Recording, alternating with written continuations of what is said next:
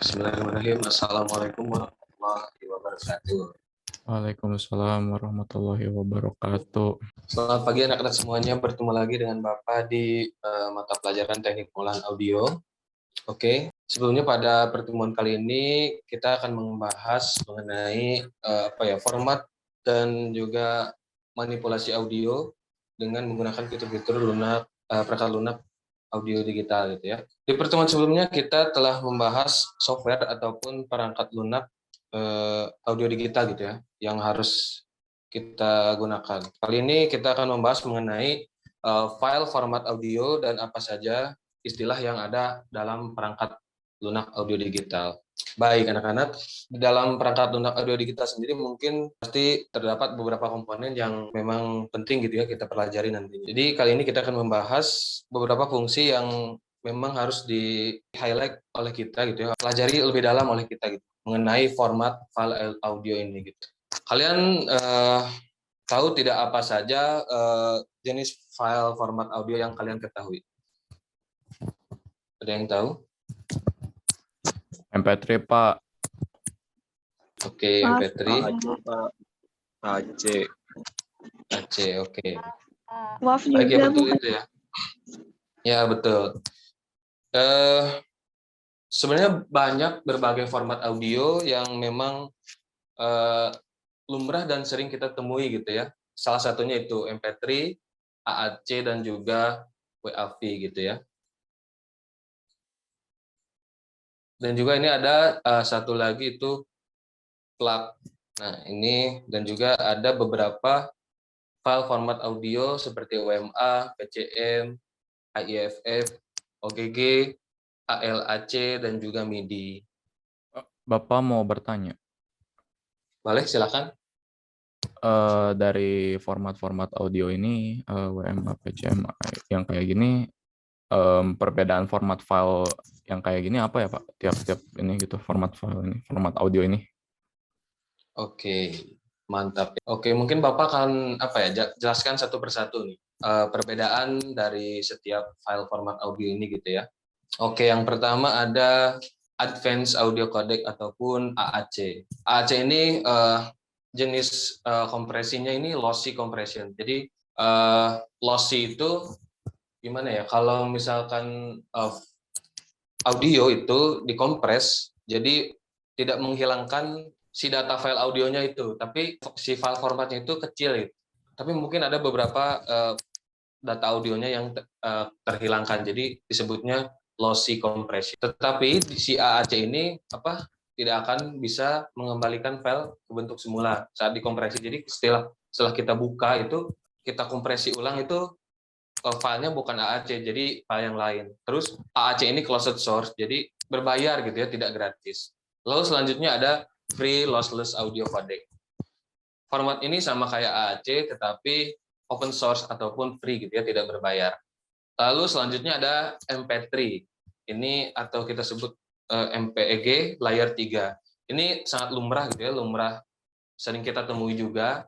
Jadi format kompresi audio ini yang sangat baik gitu ya untuk sebuah lagu ataupun audio gitu. Kalau misalkan lagu ini ukurannya 3 menit, file ini hanya memakan 3 MB gitu. Lalu selanjutnya ada waveform audio atau WAV ya. Ini dikembangkan oleh Microsoft.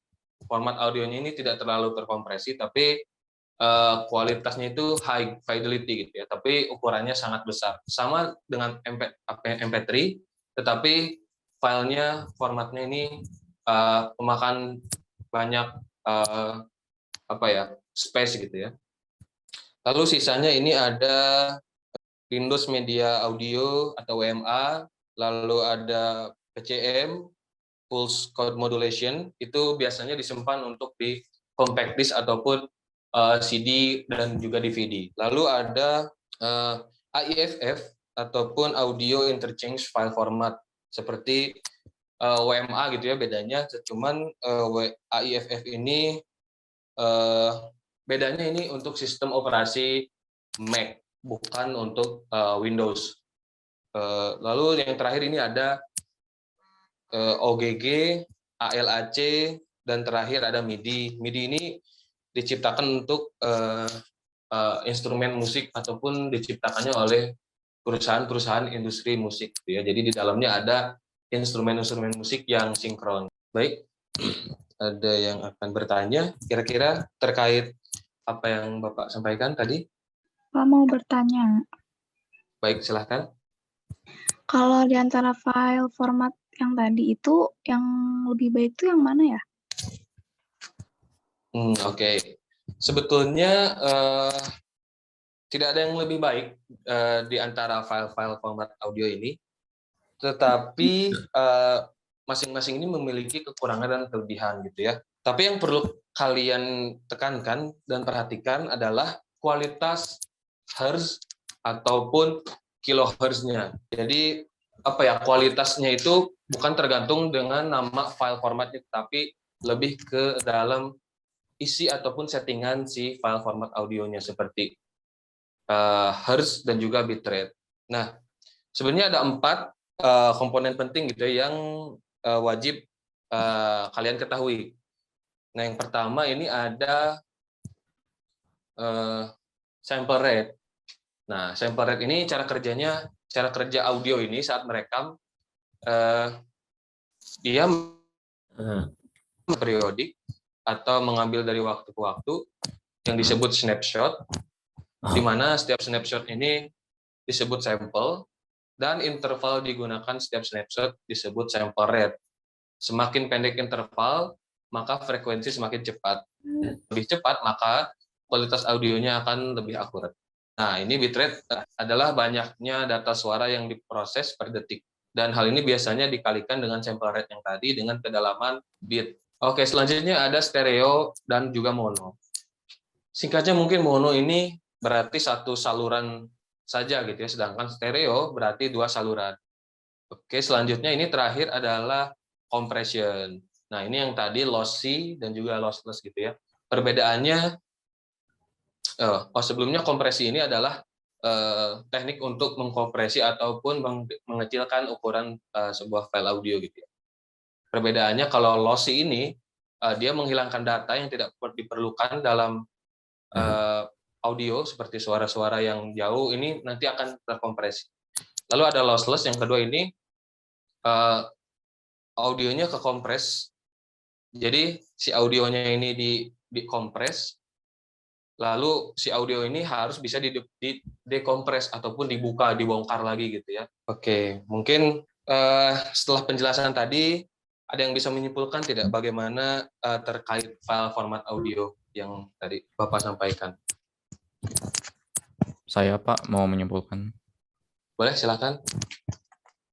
Ya, jadi kalau menurut saya file format audio itu tidak begitu ini ya penting, tapi memang dari kebutuhannya saja itu harus disesuaikan dengan apa yang penting. Jadi ada kan tadi 4 hal yang tadi itu harus diperhatikan seperti sample rate, bitrate, mono, stereo, juga compression Pak, seperti itu. Baik, mungkin terakhir akan ada yang mau bertanya lagi? Saya Pak, saya izin bertanya. Boleh, silakan. Saya pernah edit sound, lalu saya tambah rekaman suara saya. Nah, hasil audio yang saya ekspor itu besar, tapi suara yang dihasilkan kayak seperti mendem gitu Pak. Nah, kurang jelas. Itu bagaimana dan seperti apa ya Pak? Terima kasih Pak. Langsung Bapak jawab saja. Mungkin itu bisa jadi mikrofonnya yang memang kurang bagus gitu ya untuk digunakan. Ataupun pemilihan file format audionya ini kurang diperhatikan, dan juga settingannya sebelum kamu ekspor itu kurang diperhatikan. Jadi jangan lupa untuk memperhatikan settingan audio sebelum mengekspor audio seperti yang tadi disampaikan. Sample rate-nya harus kecil, lalu juga bitrate-nya harus besar, dan juga compression-nya memilih yang mana. Tentunya juga file format audionya itu berpengaruh untuk kejernihan hasil rekaman audio. Oke, ada lagi yang mau bertanya? Oke, mungkin jika tidak ada lagi pertanyaan, mungkin sekian. Wabillahi taufiq wal hidayah. Wassalamualaikum warahmatullahi wabarakatuh.